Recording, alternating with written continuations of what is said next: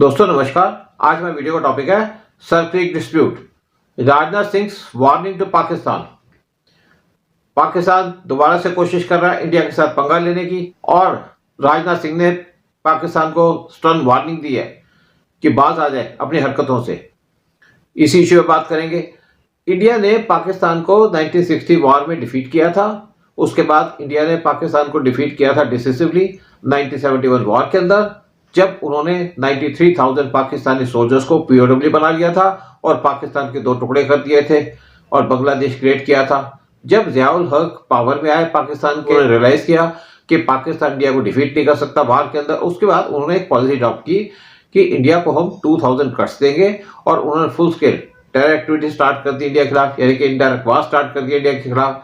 In the mean time Pakistan ने दोबारा से मिस एडवेंचर किया और 1999 में उनकी फोर्सेस एंटर करके कारगिल के अंदर इंडिया ने पाकिस्तान को फोर्स किया कि वहां से रिट्रीट कर जाए, फिर डिफीट किया और इस टाइम पे 3000 पाकिस्तानी सोल्जर्स मारे गए थे कारगिल वार के अंदर। लेकिन पाकिस्तान ने अपने डिफीट से कुछ नहीं सीखा। इसके बावजूद पाकिस्तान टेरर एक्टिविटी करता रहा इंडिया के अंदर। 2017 में पाकिस्तान ने उरी अटैक किया जहां पे 18 इंडियन सोल्जर्स को मार दिया गया और इंडिया ने उसके बाद सर्जिकल स्ट्राइक की पाकिस्तान के टेरर कैंप्स के अंदर। फरवरी 2018 में पाकिस्तान ने दोबारा से टेररिस्ट अटैक किया पुलवामा के अंदर, जहां पे 40 इंडियन सोल्जर्स को मार दिया गया। उसके बाद इंडिया ने एक सर्जिकल स्ट्राइक की बालाकोट टेरर कैंप के ऊपर, जहां पे 300 पाकिस्तानी टेररिस्ट को मार दिया गया। बड़ा स्ट्रांग मैसेज दिया पाकिस्तान को। उसके बाद पाकिस्तान ने दोबारा से अप्रैल 22, 2025 को एक टेररिस्ट एक्टिविटी की जिसके अंदर 26 हिंदुओं को मारा पहलगाम के अंदर और इंडिया ने रिटेलिएट किया पाकिस्तान के खिलाफ मई 7 को और उन्होंने पाकिस्तान के 9 टेरर कैंप्स को डिस्ट्रॉय कर दिया। साथ में उन्होंने सीरियसली डैमेज कर दिया है पाकिस्तान के 9 एयर बेसिस और 3 military bases deep inside Pakistan. लेकिन अब पाकिस्तान ने इंडिया को दोबारा से थ्रेटन करना शुरू कर दिया और न्यू फ्रंट खोलने शुरू कर दिया इंडिया के खिलाफ और स्पेशली सर क्रीक के अंदर स्ट्रेंथन करके अपने डिफेंस फोर्सेस और कोशिश कर रहे हैं वहां पे एग्रेसिव एक्शन लेने की इंडिया के खिलाफ। इसके रेस्पॉन्स में इंडिया के डिफेंस मिनिस्टर राजनाथ सिंह ने अक्टूबर 2, 2025 को एक वार्निंग दी पाकिस्तान को कि कोई भी मिस एडवेंचर ना करे पाकिस्तान सर क्रीक सेक्टर के अंदर, जिसके ऊपर डिसिसिवली रिस्पॉन्ड दिया जाएगा पाकिस्तान को। राजनाथ सिंह ने कहा इंडिया का जो रिस्पॉन्स होगा वो बहुत स्ट्रांग होगा और ये चेंज करेगा बोथ हिस्ट्री और ज्योग्राफी पाकिस्तान की। आजादी के 78 साल बीत जाने के बावजूद सर क्रीक इलाके में सीमा को लेकर एक विवाद खड़ा किया जाता है। भारत ने कई बार बातचीत के रास्ते इसका समाधान करने का प्रयास किया है, मगर पाकिस्तान की नीयत में खोट है, उसकी नीयत साफ नहीं है। जिस तरह से हाल में पाकिस्तान की फौज ने सर क्रीक के सटे इलाकों में अपना मिलिट्री इंफ्रास्ट्रक्चर बढ़ाया है, वह उसकी नीयत बताता है। साथियों, भारत की सीमाओं की रक्षा भारतीय सेनाएं और बॉर्डर सिक्योरिटी फोर्स मिलकर मुस्तैदी से कर रही हैं। अगर सर क्रीक इलाके में पाकिस्तान की ओर से कोई भी हिमाकत की गई तो उसे ऐसा करारा जवाब मिलेगा कि इतिहास और भूगोल दोनों बदल जाएंगे मेरे साथियों। और 1965 की जंग में भारत की सेना ने लाहौर तक पहुंचने का सामर्थ्य भी दिखाया।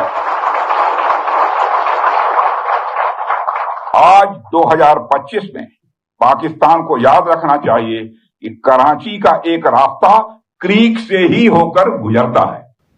उन्होंने कहा इंडिया ने बहुत से अटेम्प्ट किए हैं सर क्रीक इशू को रिजॉल्व करने के लिए डायलॉग के थ्रू, लेकिन पाकिस्तान के इंटेंशन अनक्लियर है और रॉन्ग है। और राजनाथ सिंह ने कहा जो रीसेंट मिलिट्री इंफ्रास्ट्रक्चर बनाए गए हैं सर क्रीक के अंदर वो रिवील करता है पाकिस्तान के इंटेंशंस।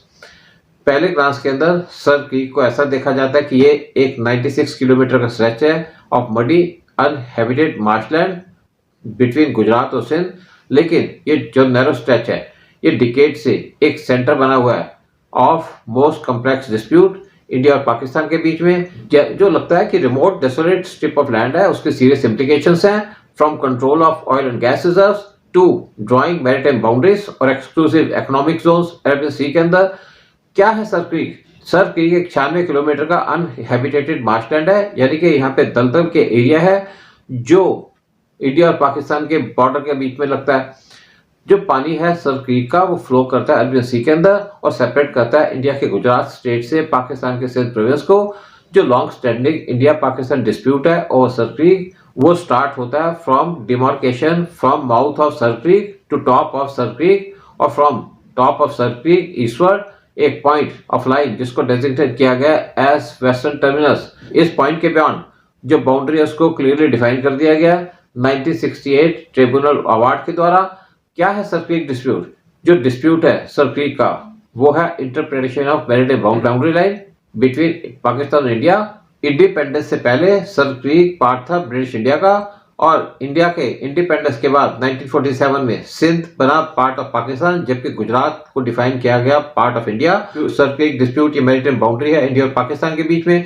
पार्टीशन के बाद इन 1947 सिंध बना पार्ट ऑफ पाकिस्तान और गुजरात इंडिया के अंदर रह गया। 1968 में एक इंटरनेशनल ट्रिब्यूनल ने सेटल कर दिया post of run of Kutch border issue, लेकिन सर क्रीक अनरिजॉल्व रहा despite multiple rounds of talk जो होल्ड की गई थी इंडिया पाकिस्तान के बीच में। इंडिया चाहता है कि मैरीटाइम बाउंड्री को पहले डिमार्केट किया जाए जबकि पाकिस्तान इंसिस्ट कर रहा है कि डिस्प्यूट को पहले सेटल किया जाए मैरीटाइम बाउंड्री को डिमार्केशन करने से पहले। पाकिस्तान क्लेम करता है जो पूरा सर क्रीक एरिया बिलोंग करता है सिंध को और वो साइट करते हैं 1914 का रेजोल्यूशन जिसके अंदर बाउंड्री को दिखाया गया ऑन द ईस्टर्न बैंक, जबकि इंडिया आर्गू करता है कि सेम रेजोल्यूशन इन्वोक करता है थालवेग प्रिंसिपल जो सेटल करते हैं boundary between middle of navigable channel. India ने प्रेजेंट किया 1925 का map and mid channel pillars अपने पोजीशन को सपोर्ट करने के लिए, लेकिन पाकिस्तान कहता है कि थैलवाग अप्लाई करता है सिर्फ रिवर्स के लिए ना कि टाइडल एस्टोरिस के लिए लाइक सर क्रीक। ये जो डिस्प्यूट है इसके अंदर इन्वॉल्व है जो चेंजेस आए क्रीक के कोस्ट के अंदर ओवर टाइम जो अफेक्ट करते हैं लैंड सी बाउंड्री और मैरीटाइम जोन्स और दोनों कंट्रीज की। ये इसकी वजह से जो इशू है अभी तक अनरिजॉल्व रहा है और कोई भी साइड विलिंग नहीं है अपने ग्राउंड को कंसीड करने के लिए।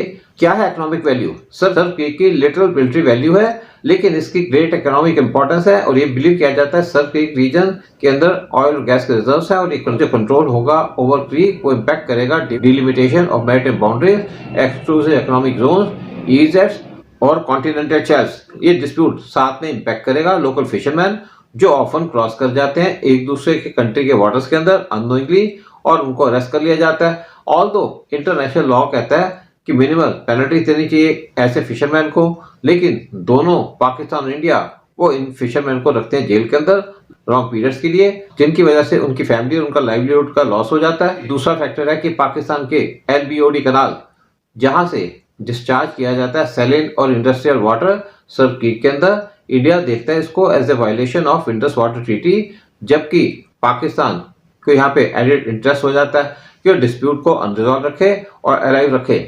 क्या है राजनाथ सिंह की वार्निंग के पीछे? राजनाथ सिंह ने कहा कि इंडियन आर्मी और बॉर्डर सिक्योरिटी फोर्स वो विजिलेंट है और गार्ड कर रहे हैं अपने बॉर्डर को। राजनाथ सिंह ने साथ में कहा कि 1965 के वॉर के अंदर इंडियन आर्मी लाहौर तक पहुंच गई थी। उन्होंने कहा आज 2025 में पाकिस्तान को याद रखना चाहिए कि ये जो रूट जो पास करता है सर क्रीक के थ्रू पहुंचता है कराची के अंदर। एक इवेंट पे बोलते हुए भुज गुजरात के अंदर on the occasion of Dussehra on October 2 Rajnath Singh ने पाकिस्तान को एक्यूज किया कि उनके इंटेंशन खराब है रिगार्डिंग सर क्रीक क्योंकि इंडिया ने रिपीटेड एफर्ट्स किए हैं सर क्रीक इशू को रिजॉल्व करने की थ्रू डायलॉग। उन्होंने कहा जिस तरीके से पाकिस्तान ने अपनी मिलिट्री इंफ्रास्ट्रक्चर को एक्सपेंड किया क्रीक के एडजॉइनिंग एरियाज के अंदर वो एक्सपोज करता है पाकिस्तान की इंटेंशंस।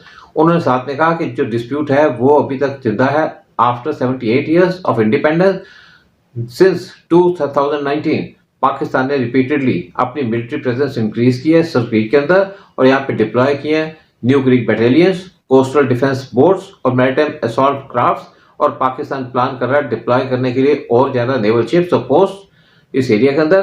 पाकिस्तान साथ में स्ट्रेंथन कर रहा है अपनी एयर डिफेंस सर क्रीक के अंदर विद रडार्स, मिसाइल्स और सर्वेलेंस एयरक्राफ्ट। इंडिया इसलिए भी कंसर्न है कि पाकिस्तान जो बिल्डअप कर रहा है सर क्रीक एरिया के अंदर स्पेशली क्योंकि 2008 का जो मुंबई अटैक था वो ओरिजिनेट हुआ था इसी रीजन से। 2018 में इंडिया के BSF ने सीज की थी बहुत सी बोट्स सर क्रीक एरिया के अंदर चेक करने के लिए कि यहाँ पे पॉसिबल टेररिस्ट इन्फिल्ट्रेशन हो सकती है। सितंबर 2019 में कुछ अबंडेंट बोट्स पाई गई थी सर क्रीक एरिया के अंदर जिसकी वजह से इंडिया ने एक इश्यू अलर्ट किया था अपनी सिक्योरिटी फोर्सेस को कि यहाँ पे पॉसिबल टेरर अटैक हो सकता है पाकिस्तान की साइड से। लेकिन सर क्रीक ये वो रीजन है जहां पे क्लैशेस हो सकते हैं इंडिया और पाकिस्तान के बीच में नियर फ्यूचर के अंदर। जय हिंद, जय भारत।